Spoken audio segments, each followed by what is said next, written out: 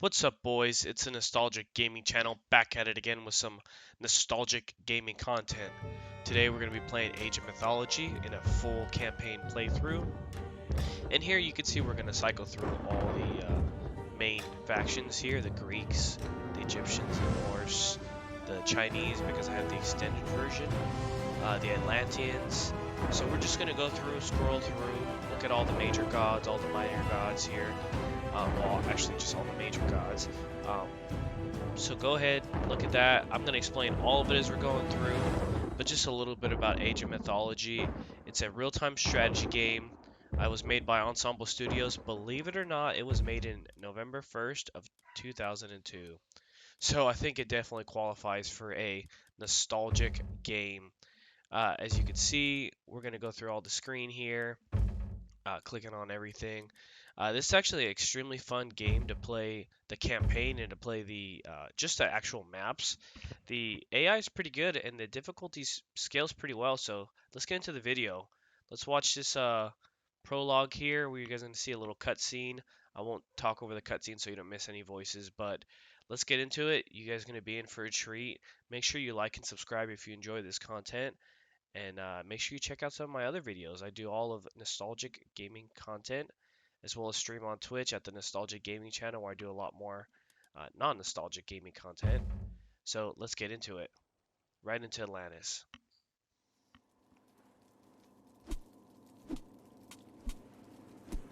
That looked like Theris. It has been a long time since you sent him to the underworld, Arcantos. Fighting old battles again? Yes.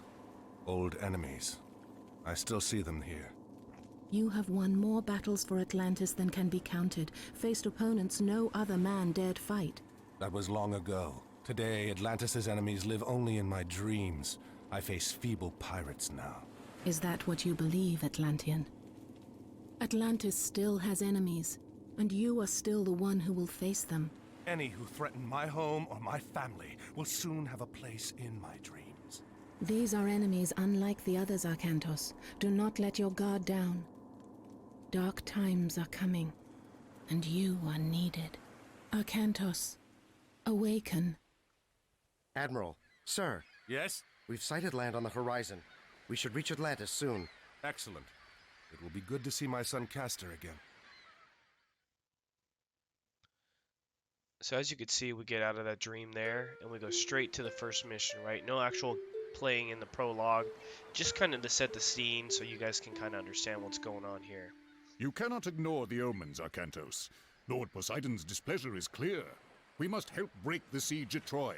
Troops we send now will be lucky to arrive before the fight is over. Even if they do, their only task will be to show the banner of Atlantis, not a task for an admiral.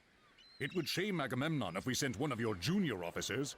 He already complains that we do not pay enough attention to the Greek colonies. No, it must be you. What in the name of... Castor, stay here!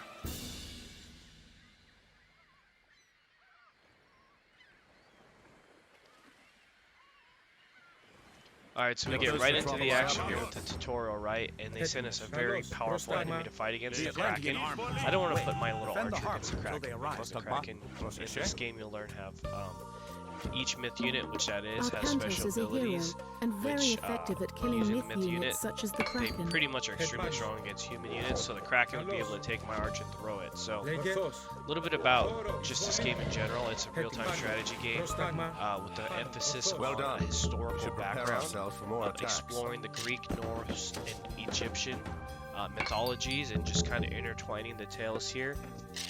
This first mission we're focused on is going to be basically out of the Iliad, right? Out of the epic poem by Homer, additional where toxitates can be the trained Greeks at the are archery fighting range. against the Trojans. You guys will see that in a little bit as the story expounds upon itself. But right now, they've given us a fictional character created by Ensemble Studio through Arcantos, who's that guy with the spear.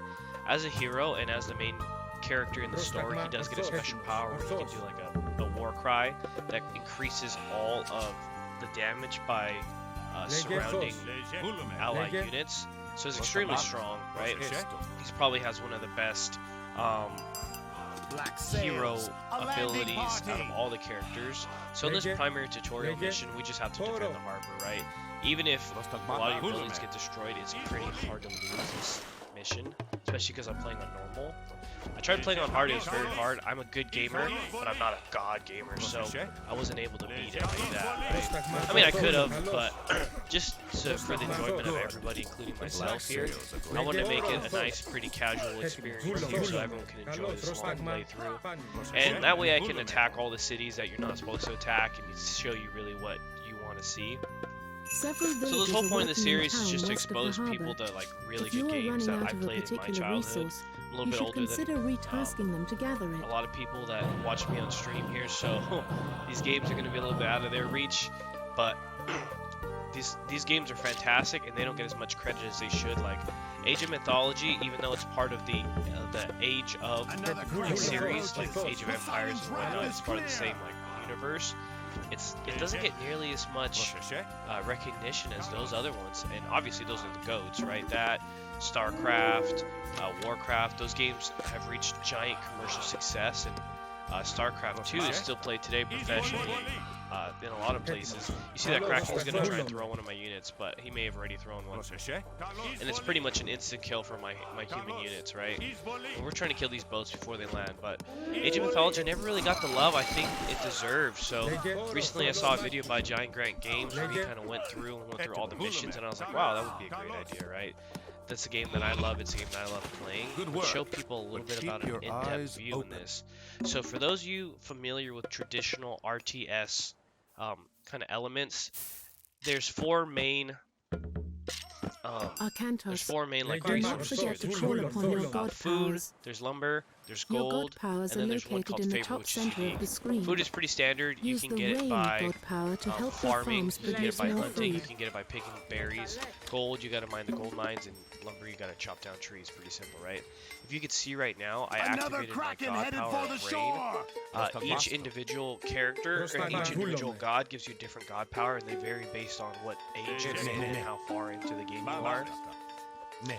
Rain increases my production value of all farms around my command center, so I'm able to farm quicker and get more meat or more food for my troops, right?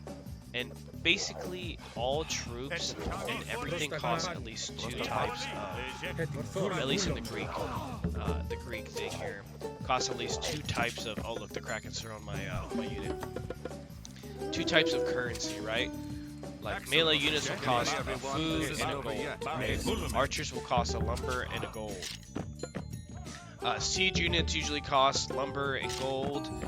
Myth units, on the other hand, do not cost gold. Consider upgrading the weapons They actually and cost armor of your units at the favor. armory. So one of the super interesting things about this game, and that makes it super replayable and gives you a bunch of different like perspectives, is each different god that you worship, and I'll show you the gods later as we're playing through this. You can't worship any gods in this first portion of it, but each different god that you worship gives you access to different myth units, and myth units, as you can see with the Kraken, are super strong units based on Greek, Norse, and Egyptian mythology, and they each have special powers. Like the Kraken can throw people. You'll see in the next one a Cyclops. Cyclopses can pick people up and toss them. Minotaurs can gore people. There's so many different mythological units and different mythological gods that change your gameplay and change your focus on your character that you can really adapt. It's good to rush your gods, that way you can be stronger than your enemy. But also, if you're your enemy and you see that that the other guy is doing something, you can counter him with your different minor gods that you get here. Use the restoration So as you can see, I got another power to called heal your Restoration units right and now. mend your buildings. Restoration gives me the ability to heal up all my troops in my buildings in a certain area. Very strong, right? It's a very good mid-level 2 power. We get it a lot in the campaign just because it's an easy way for the developers to make sure that we're not getting crashed and thrashed, right? But as I was saying, this game is extremely fun. There's 3 different main factions if you play the vanilla campaign, and the main factions each have super different playstyles, right? The Greeks are about as common as you can get. They are standard. They're kind of like the Terran of, or the humans, obviously. A black sail landing party. Other big RTSs. The way you generate favor with the Greeks is you pray at a temple, right? All the buildings are kind of self-explanatory. The troops are kind of, they're all kind of good against each other. But there's like a rock paper scissors system, right? The troops, like infantry are good against cavalry, or whatever.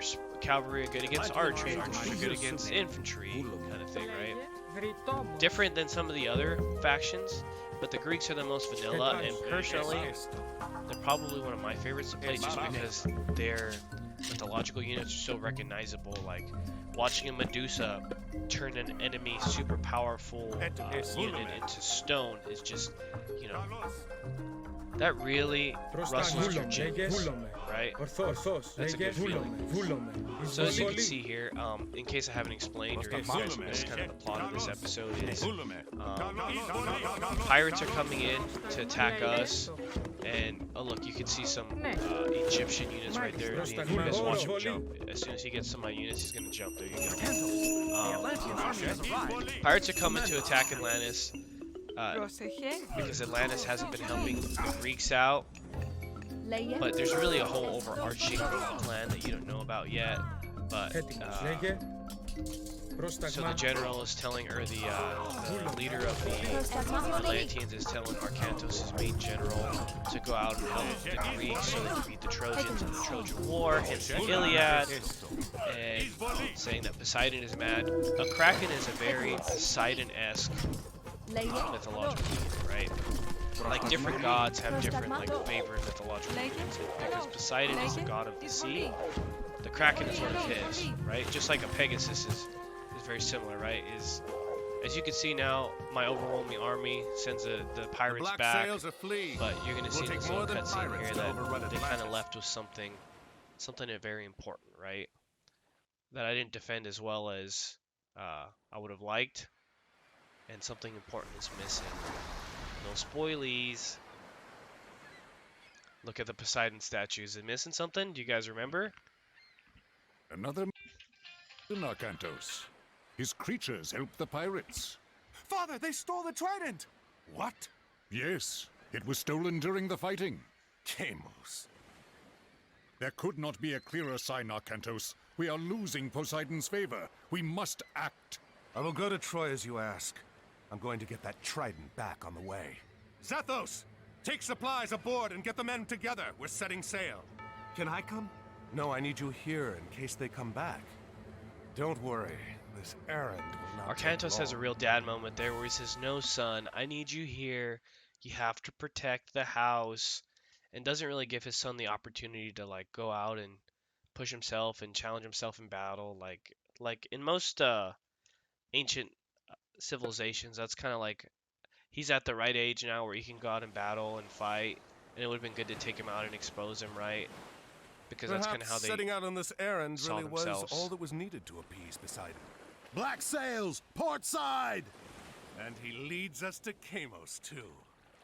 Archers, ready your bows! Prepare to come about! They're going to pay for insulting Poseidon and Atlantis. So now we're on a revenge mission, right? And this is your first real mission. The other one's a tutorial, so this is one where technically you can actually lose. Like the enemy can come and kill you. It's very unlikely. But in the mythological world, their idea is the gods had a lot more power in people's everyday lives, right? Like you would see Zeus and he would come down, and if you saw Zeus, you probably had a bad time, right? Because he's probably disguised as an animal, or he's disguised as some kind of, or he's doing something that he's not supposed to. So I just used my first god power there called Lure, that's Poseidon's power. It attracts nearby wild animals. And the wild animals allow you to harvest them because at the first stage you can't build farms, so you have to either herd wild animals to get food, or you have to pick from berries. There I found some pigs. Pigs are pretty easy to harvest. They fatten up over time, and you can move them them around and control them. So technically you could scout with them, and you can also harvest it pretty quick, right? So you need 400, or is it 408? You need 400 food to get to the next level. So you want to try and get there as quick as possible, because you can't even build any offensive troops yet, other than, yeah, you can't build any offensive troops in the level 1, right? And that's probably to prevent people from just like rushing each other and killing them, right? I wouldn't think you'd have a good time if you got killed that fast by a bunch of level 1 troops, right? Which is pretty hard because basic troops are pretty bad. Okay, so if you look here, you can see Ares, you can see Hermes, right? These are 2 minor gods, right? Hermes is the god of war. His improvements basically work on improving your attackers. And he's got the Cyclops as his mythological unit and Pestilence as his main god power. Ceasefire is for Ares.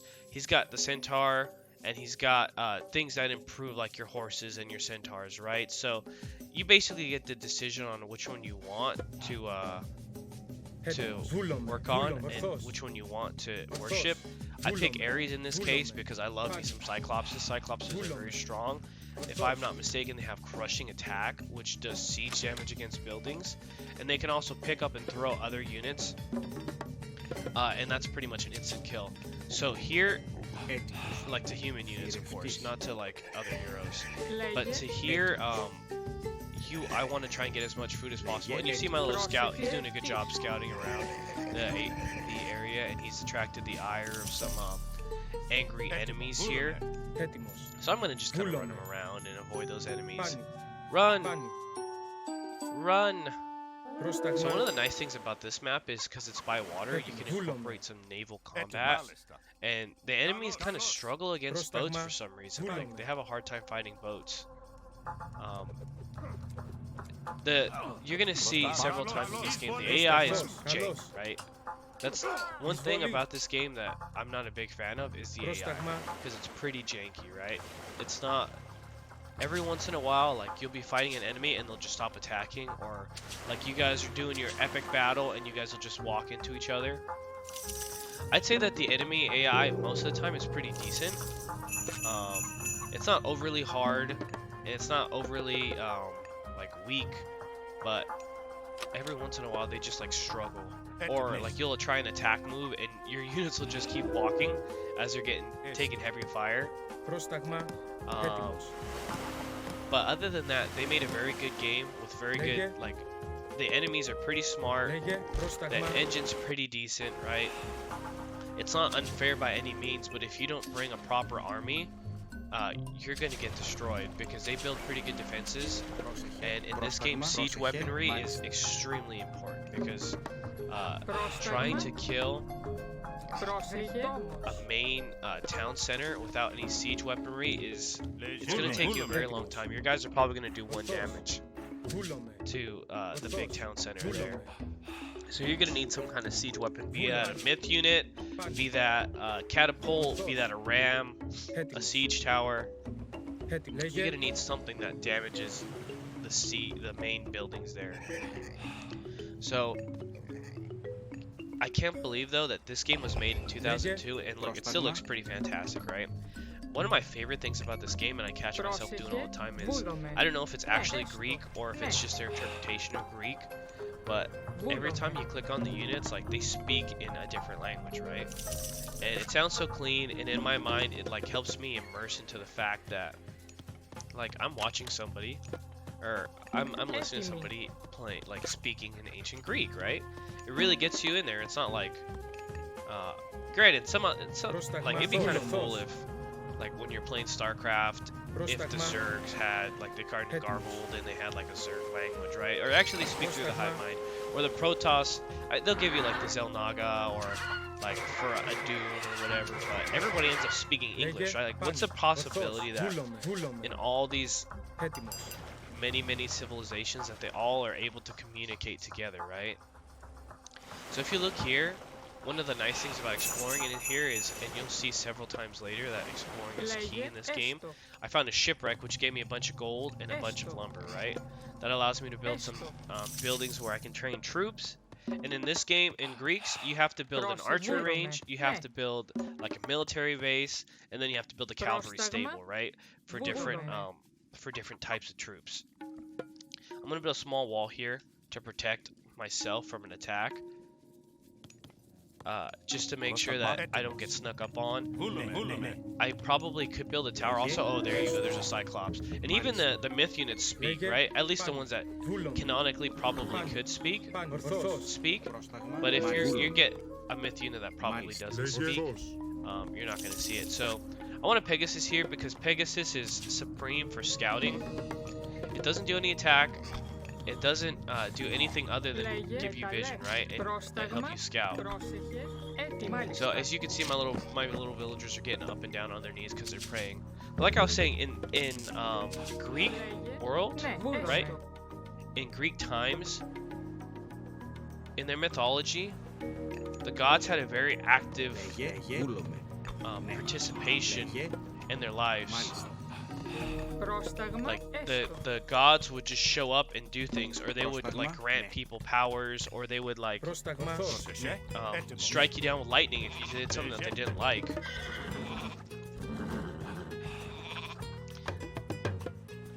They had a much more active role in people's lives, and people feared them, right? If you weren't paying attention, all of a sudden, like, you have Heracles pop up, and he's the son of a god, he's the son of Zeus, so he's gonna come over, he's just gonna womp on you, right? If you're his enemy, and you're like, wow, what am I supposed to do? I'm just a regular guy, and this guy has, like, god powers, like, what am I supposed to do, right?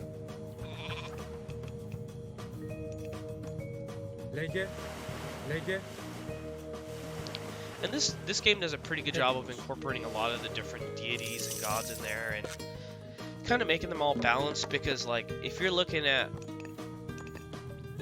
like the different gods, obviously they have different power levels, right? Like Zeus, Poseidon, and Hades are the big three for not talking Titans, but Zeus, Poseidon, and Hades are the big three for the Greeks, right? And they're each kind of different. They're each like scaled against each other in power-wise, right? But how can you scale like the Norse gods, Loki, right? Loki, or the Egyptian gods like Set and Ra, like how can you appropriately scale those ones against the Greek gods? Because like the Norse gods are power scaled differently just in mythology than the Greek gods, right? So they do a very good job of balancing that out and making it fair for the game, not making anyone too OP until you get to the Titans. The Titans are OP. But I digress. We'll see that in the very distant future. We got a lot of campaign to go before we hit any Titans, right? Which, by the way, fantastic expansion set here. The Titans, they add so much depth. They add a whole new civilization. They add a whole new gameplay mechanic. I don't know how people feel about it. Oh, my Cyclops tried to pick up 3 guys and he was unable to because they died too quickly here. But as you can see, the majority of the map in my bottom right, I have explored. So one of the important things to do in this game is go around and check out through the whole map, because there's different little secrets hidden. There's little shipwrecks, there's treasures, there's little relics, which you'll see in the future here. For me, I don't want to say always, but very frequently the first mythological unit you get is a very strong, right? Because they kind of give you like a powerhouse one, and they crush most of the first tier of human units you can get, right? And unless you have a hero, like your myth unit is going to cause havoc against the enemy. So I always like to build myth units. Especially with the Greeks, it's very easy to get favor very quickly. Like I could send a bunch of villagers and get a bunch of favor and then send it back to whatever they were doing, right? Some of the other races, especially the Norse, it's not that simple. It's definitely not that simple with the Norse, right? But for the Greeks, most basic you can get. You send it in, and then you just let them go. One of the things too in here is you can upgrade. Oh, club them. You can upgrade your resource gathering ability with like different your granary here. Like you can increase your farms through the flood, or at the storehouse, you can get better like pickaxes and better chopping, better axes for chopping trees, so you can make your villagers improve themselves faster.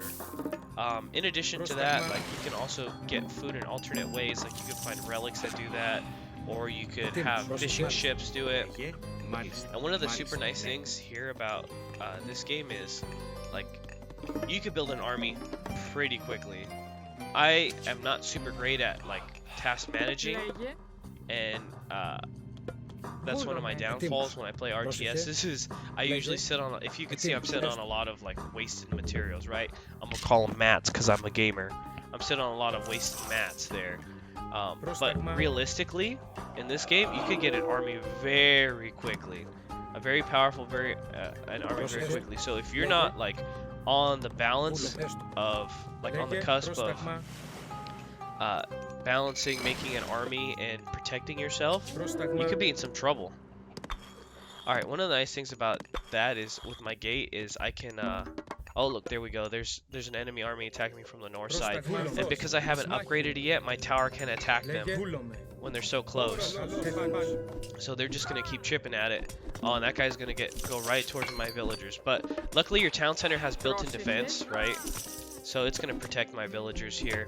An armory is for stage 3, like the age 3. You need an armory to be able to advance yourself to the next age, and also that's where you can build important upgrades for your units. As you can see, I have 2 heroes just in case they have any myth units here. And one of the things that I think is super interesting is in this game, like usually you think Arcantos, like if he's in charge, you get his voice lines, right? Because if he's in your army, like he's the most important guy. But in this game, like other heroes can take over with their voice lines, or even myth units. Like they'll delineate based on who the game thinks is the most important, and they'll give them like the priority of voice speech in this game, right? Which is pretty cool, I think. My Pegasus took a little beating, poor guy. So I'm going to use Pestilence here in a little bit. You guys will see that in the top, the little green, like cloud or haze. That's going to be something that you guys are going to see and be like, wow, that's a pretty powerful god power if used properly. When I first played this game when I was young, I was like, wow, this one sucks. But actually, when I think about it here, it's probably one of the stronger god powers. Not giving your enemy a chance to reinforce at all for, I think it's like 1:30, right?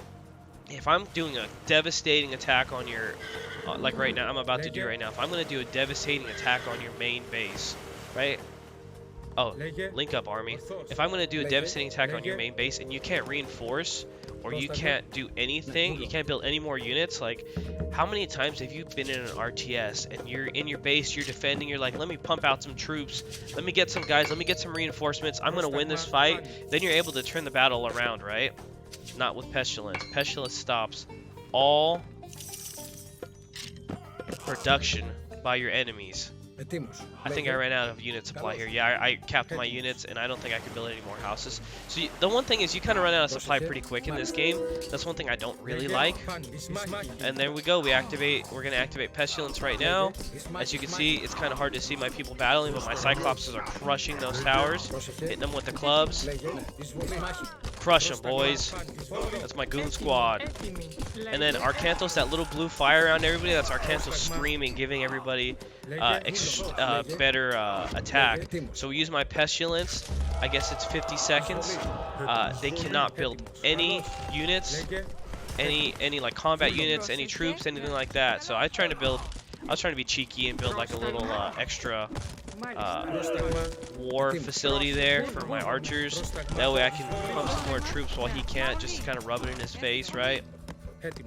But you see, that's what I'm talking about, the AI. The AI decided to target the ships, right? As my guys are raining arrows on him. And one of the things, if people are moving too, your guys can miss. Like, it's pretty realistic. Like, if I'm not shooting my arrows right, like, your guys can miss. I always thought that's something kind of cool, and it's kind of a little bit RNG, and they don't miss a lot, but like people can miss. And that's why you have people like the Centaurs. They'll have like a surefire shot where they wind their bow up, they aim, and they can't miss.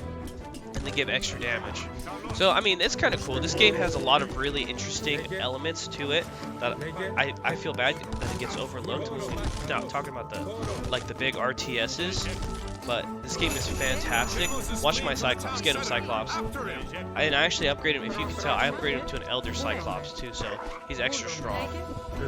Elder Cyclopses, goated. Same with like Bull Minotaurs. Bull Minotaurs, decimate. Those are my probably favorite units here, and you guys are lucky to retreat. You get to see it pretty quick. So I'm probably about to end this video here. I'm doing a little voiceover because I wanted to see how that sounds for you guys, and that way you guys can get some better comments and stories rather than me. There's no way I'd be able to focus and give you guys accurate gameplay analysis and stories as I was playing. There you go, Kamos. Sorry, bud. You're about to get wrecked. Get him, Arcantos.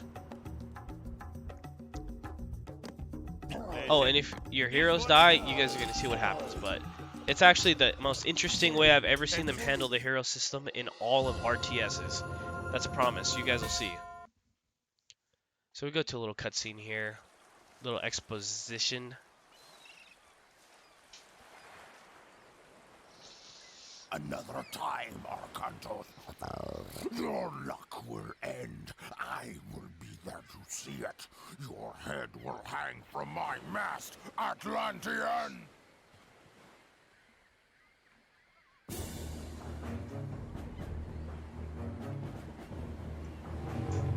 At least one of Poseidon's children still favors our enemies. Load the Trident aboard the transport. We'll send it back to Atlantis immediately. Alright, and that's end of mission 1. Or mission 2, technically, because the first one... 1, 2...